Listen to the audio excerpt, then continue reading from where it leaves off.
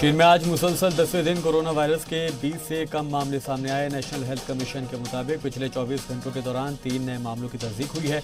इनमें से 2 लाइनिंग और एक जिलीन सूबे का मामला है। इस दौरान 6 और मरीजों को हॉस्पिटल से छुट्टी दी गई है।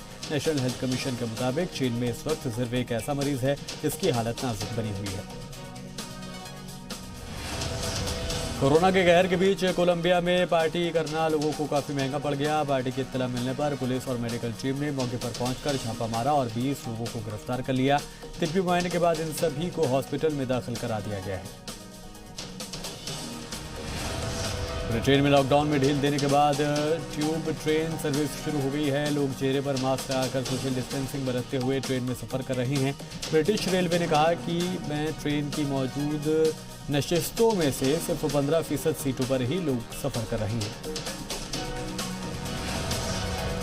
फ्रांस में जल्द खुल सकते हैं तालीमी इदारे और शुरू हो सकता है पब्लिक ट्रांसपोर्ट। सदर इमैनुअल मैक्रा ने सीनियर अफसरान को स्कूल और पब्लिक ट्रांसपोर्ट खोलने का मंसूबा पेश करने की हिदायत दी। अफसरों के साथ कॉन्फ्रेंसिंग के दौरान मैक्रा ने कहा कि माशी व इक्तिसादी सरगर्मी शुरू करने के लिए लॉकडाउन में नरमी का मंसूबा बनाना होगा। स्पेन में कोरोना वायरस से 6 दिनों के बाद 200 से ज्यादा लोगों की हुई है मौत। गुज़िश्ता 24 घंटों के दौरान 217 अफराद हुए जाँ बहक। इस तरह स्पेन में अब तक कोरोना से 27,321 लोगों की मौत हो चुकी है। में मुतासरीन की तादाद 2,30,000 से ज्यादा है।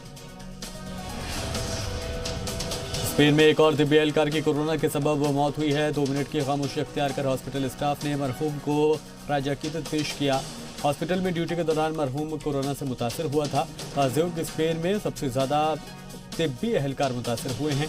रिपोर्ट के मुताबिक स्पेन में 43,000 के करीब तिब्बी अमला है जो कि कोरोना से मुतासर है। स्पेन के एक बुजुर्ग जोड़े ने कोरोना को बताया जिंदगी का सबसे तल्ख तजुर्बा। शादी की 50वीं सालगिरह मना चुके फ्रांसिस्को वारोना और गार्गोलेज का ये कहना है कि जंग से भी ज़्यादा बुरी है मौजूदा हालत। 76 साल गार्गोलेज और 77 साल वारोना को कोरोना के शुबा में अस्पताल में दाखिल किया गया था। जर्मन चांसलर एंजेला मर्केल ने अवाम को किया खबरदार। कहा थमने वाला नहीं है कोरोना का तूफान। सोशल डिस्टेंसिंग और दीगर एहतियाती तदाबीर को जारी रखने पर दिया जोर। कहा इसके साथ ही जीने का तरीका सीखना होगा। उन्होंने कहा कि बड़ी मुश्किल से हालात पर काबू पाया गया है, इसीलिए इसे बेकार ना जाने दें।